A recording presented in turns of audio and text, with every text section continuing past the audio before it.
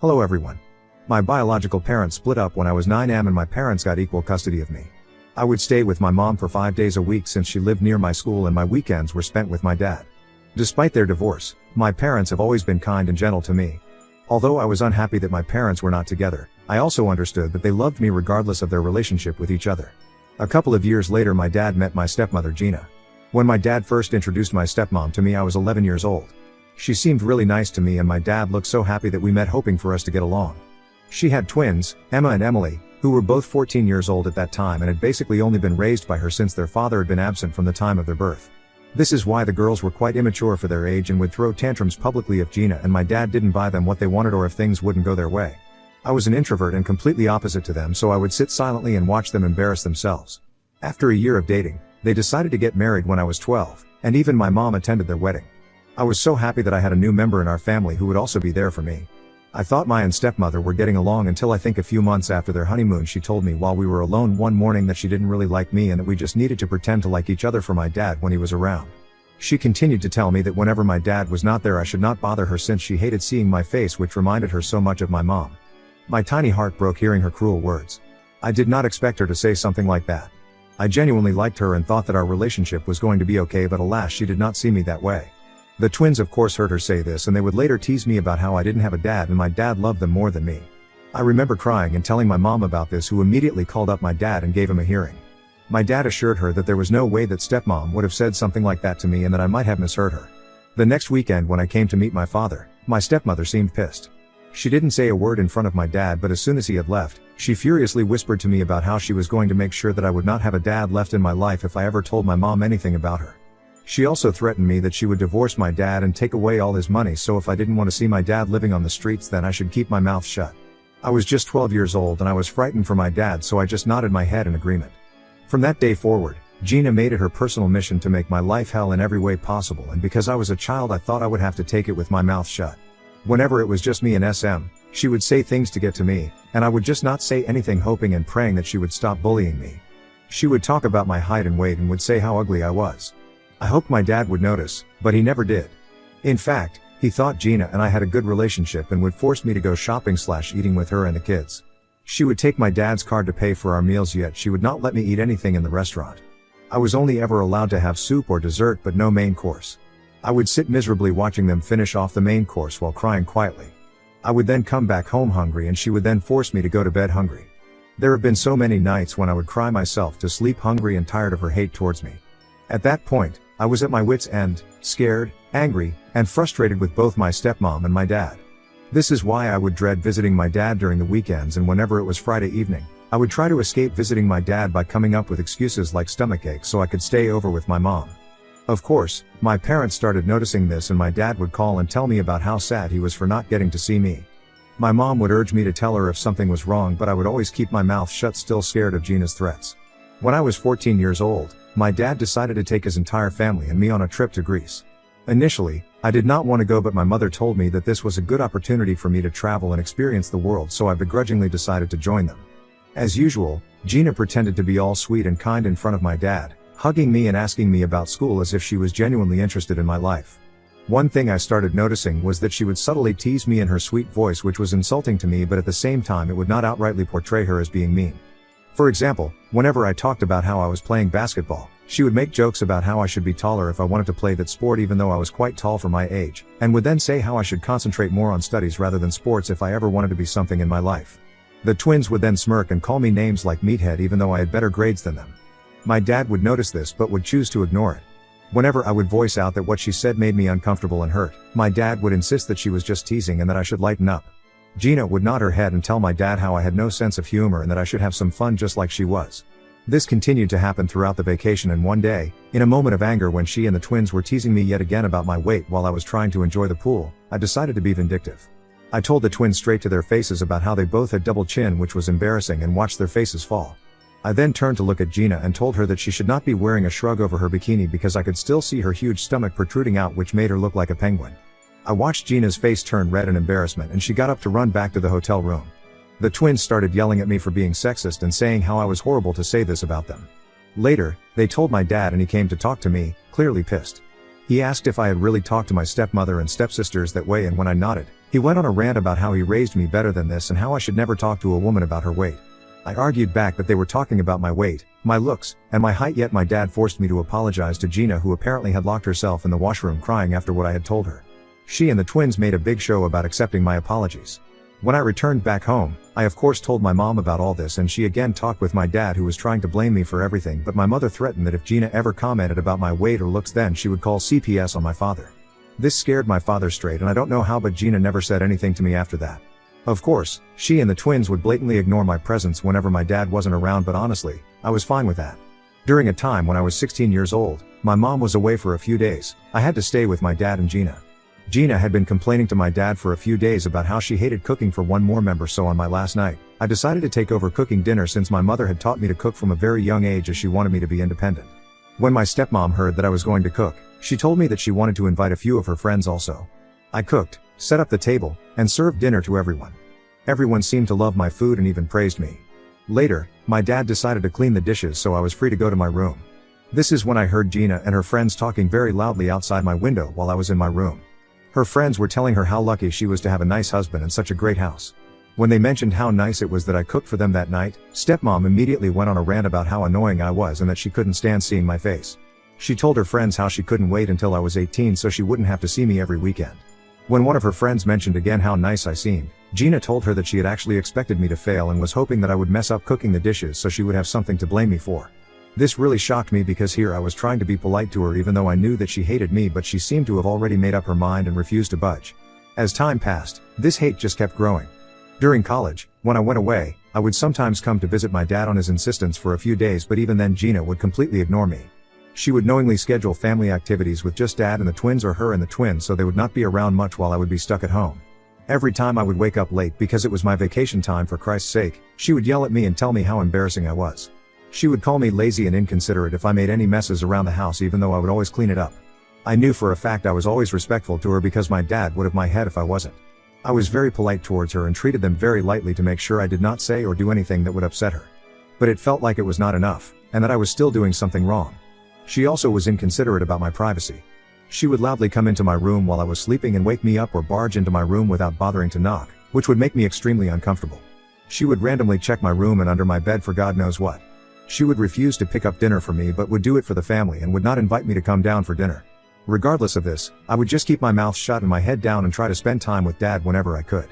Now coming on to the main incident, when I turned 21, my dad asked me to come visit him. He told me how he had some important news to share. It had been a while since I visited my dad, so I was a bit apprehensive, but my mother encouraged me to visit, saying that he had some good news for me. I agreed and booked my tickets. When I arrived, I was greeted warmly by my dad at the airport and we drove back to his place. I asked my dad what it was that he wanted to talk to me about, but he assured me that he would reveal everything during the family dinner. When we arrived, I noticed that the twins were home also. It had been a while since I had seen them. Emma and Emily didn't even bother acknowledging my presence, and neither did I that night during family dinner. My dad started saying how he was proud to have 3 wonderful children in his life. He spoke about how grateful he was to have such a loving family and how he wanted to share some exciting news. The atmosphere seemed positive, and I couldn't help but feel a sense of anticipation. As my dad continued speaking, he looked at each of us with a smile, including Gina, who had been giving me icy glares all day. My dad continued to say how he had recently lost his friend to a heart attack, which had given him a harsh reality check and made him think about how lucky he was to have all of us. He had also spoken to a lawyer and made a will. Hearing the word will, I immediately watched Gina and the twins perk up in excitement. Dad continued to say how he had carefully thought about it and decided to leave the house to stepmom since she was his wife. Gina beamed in pride hearing that and kissed him on the cheeks. My dad lived in a 5-bedroom house, so if Gina ever decided to sell the place, she could have a fortune. Dad then continued to say that he had decided to leave me his entire retirement account money and his car. Now, my dad's car was not an ordinary car. It was a vintage car that he had spent a lot of money and time on maintaining. The car held sentimental value for both of us, as he had often shared stories of his youth and adventures associated with it. I sat there, still processing the information, and realized that leaving the car to me was my dad's way of expressing his love. As my dad spoke about how proud he was for me to inherit the car, Gina's expression shifted from pride to discontent. She exchanged glances with the twins, who seemed equally displeased. It was evident that the prospect of me inheriting a substantial amount of money and the cherished vintage car fueled their resentment. Dad, seemingly oblivious to the tension in the room, went on to say how he would leave the twins the joint bank account that he and Gina shared. Gina was a homemaker, so the money belonged to my dad entirely. He said that he wanted the money in that account to be equally divided between them. He told them how they would have money in this house to live in so they had nothing to ever worry about in case if something happened to him. I was honestly fine with this arrangement and it seemed fair to everyone also. However, the twins immediately expressed how they had expected more and that my dad should leave them his retirement account also since I did not need it anyway. When my dad asked them why they would think so, Gina started saying that I was a guy so I should find my own way of living while they were women and would need more money for financial stability. My dad reminded Gina that he had already provided her children with college funds and now they would even get their house and bank account so they had absolutely nothing to worry about. Gina kept insisting how I didn't deserve so much money but my dad reiterated that his mind was made up. I was sitting quietly and listening while they continued to argue. Suddenly, out of nowhere, Gina burst out crying. We looked at her concerned and my dad told her that this wasn't even something to cry about since he had fairly divided everything.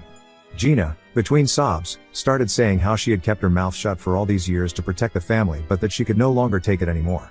The room fell into an awkward silence, and my dad and I exchanged puzzled glances. Despite the tension, he gently urged Gina to share whatever was burdening her. Amidst sobs, Gina began to say how a few years ago, I had tried to force myself on her but she had tried to hide it to protect me.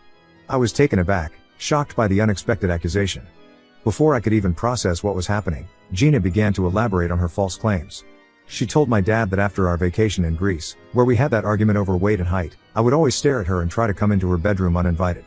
I sat frozen in my chair as she continued to fabricate a story about how I would try to barge in every time she had a shower or come too close to her face when we were alone. She told my dad how she dreaded having me over every weekend because of this since she was afraid that I would do this with the twins too. I tried to defend myself, furiously denying the baseless accusations and yelling at her for having the audacity to even make up such claims but Gina continued to cry like a victim. She spoke about how as I started to grow older I would make her more and more uncomfortable and on one occasion when she and I were alone, I tried to force myself on her. My eyes widened in shock and blood drained from her face after hearing such a huge accusation from her lips. My dad looked confused and concerned and his eyes darted from me and to Gina clearly at a loss for words to say. Gina kept telling her story, saying she suffered in silence for years, afraid to speak up for the sake of the family. I yelled at Gina that she was a psycho since there was no way that I had ever even looked at her inappropriately let alone touched her. Gina yelled back that she was no longer going to keep her mouth shut and that she needed to expose a monster like me.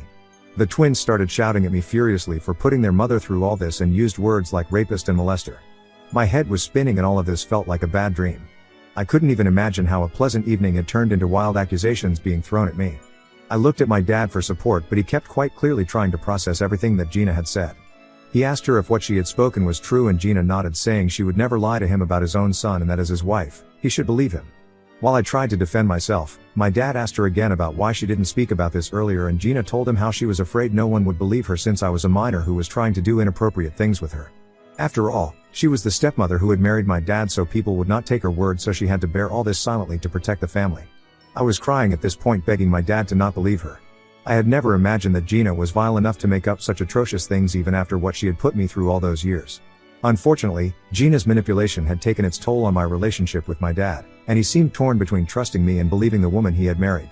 The twins, influenced by their mother's narrative, chimed in with support for Gina's false accusations and yelled at me to get out of their house. I yelled back that this was my dad's place and that they shouldn't believe what their mother was saying since it wasn't true. My dad was sitting quietly in the midst of chaos. He then looked up at me and told me that I needed to leave the house until this matter was resolved. It felt like a punch to the gut, being rejected by my own father who was believing his second wife over me. Hurt, confused, and betrayed, I packed my belongings and left the home I once thought was mine. I flew straight to be with my mother who was shocked to see me at her doorstep. When I told her everything, she was beside herself with rage and was ready to go face up with stepmom but I requested her to not do something like that since there was no guarantee about how psycho Gina was.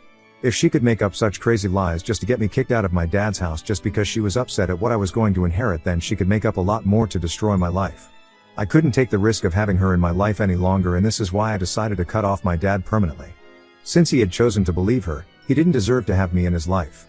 Later, I heard from my mom that my dad did call and tell her about how he was ashamed to have a son like me and that he wanted nothing to do with me. My mom tried to defend but it fell on deaf ears. She also received a lot of flack from my dad's side of the family who believed Gina's story as well and told my mother that she had raised a pervert. I can't even imagine how painful it must have been for my mother to have heard these words about her son. Clearly, the damage was done and Gina had won. I wish I could write that my life started improving after cutting her off but it didn't. Gina and the twins would continue to send me a barrage of text messages saying unspeakable things and threatening that I should stay away from my dad forever. It became so bad that I had to change my number just to escape them. Things didn't improve for me even after that, because after what Gina had put me through, I was scared of being with / near any woman. I was scared that I would be again falsely accused of something like this and lose my job and career. I was afraid to meet anyone or go out on dates. Throughout all this, Mom has stood by me and believed me.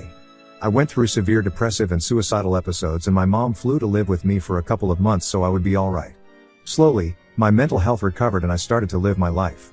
Eventually, I met a wonderful woman named Marcia who brought the sunshine into my life. She has absolutely changed my life, and my mom adores her as well. Marcia and Mom are everything to me, and thanks to them, I continue to live my life with a purpose. Just a week ago, I received a call from an unknown number. Thinking it might have been Amazon, I picked it up. To my shock, it was Dad. I was taken aback by hearing his voice. The first thing he told me was how much he had missed me. It had been a long time, almost 7 years, since I had heard from him. He sounded old. I asked him about how he got my new number, since not a lot of family members had it, but my dad dodged the question and asked me if I was doing okay. I kept quiet and then told him to not bother me again since I had nothing to tell him. This is when my dad broke down and started to cry. He begged me to forgive him and kept saying how bad he was to have abandoned his own son. My curiosity piqued and I waited for him to explain himself. That is when my dad started to say how Gina had been cheating on him with his best friend for a few years, and after he confronted her with proof, she didn't even bother hiding any longer and said how she was tired of being married to a pathetic man like him. Gina revealed to him that she had only married him for his money and that she hated being someone like him. When my dad kept pushing her for more truth, she finally admitted how she had made up all those accusations about me because she hated me as well and wanted all my dad's wealth for herself and her daughter because they deserved it. As you can imagine, my dad divorced her and she got nothing from the marriage since she had an affair, even though her lawyers tried to fight for alimony. My dad continued to say how he had been waiting to divorce Gina so he could officially get in touch with me and apologize for what he had put me through. He said how he wanted to catch up on lost time so we could have a better father-son relationship. At the mention of father and son, I couldn't help but scoff. I told him that he was no father of mine after how he quickly abandoned me for his wife's nasty accusations. I told him that I wanted nothing to do with him and didn't want him to bother me anymore. I cut the call and hoped that he would get the message. However, since then, I have been bombarded with calls from my dad and his side of the family who I don't even talk with about how my dad has suffered enough and I am just making it harder on him. I feel conflicted with their messages. Ida for refusing to talk with my dad after he cut me off for false accusations by Gina. Update 1. Okay, so my post was locked, but hopefully it's okay now. I've posted the link and tried my best with spacing. I'm on mobile. For all the support and advice received, I really appreciate and am wholeheartedly so grateful to all who helped me to see how I was. Thank you. To explain a bit further, I am not just furious at my dad for believing my stepmother over me, but also for all those years she harassed me and he did nothing to protect me.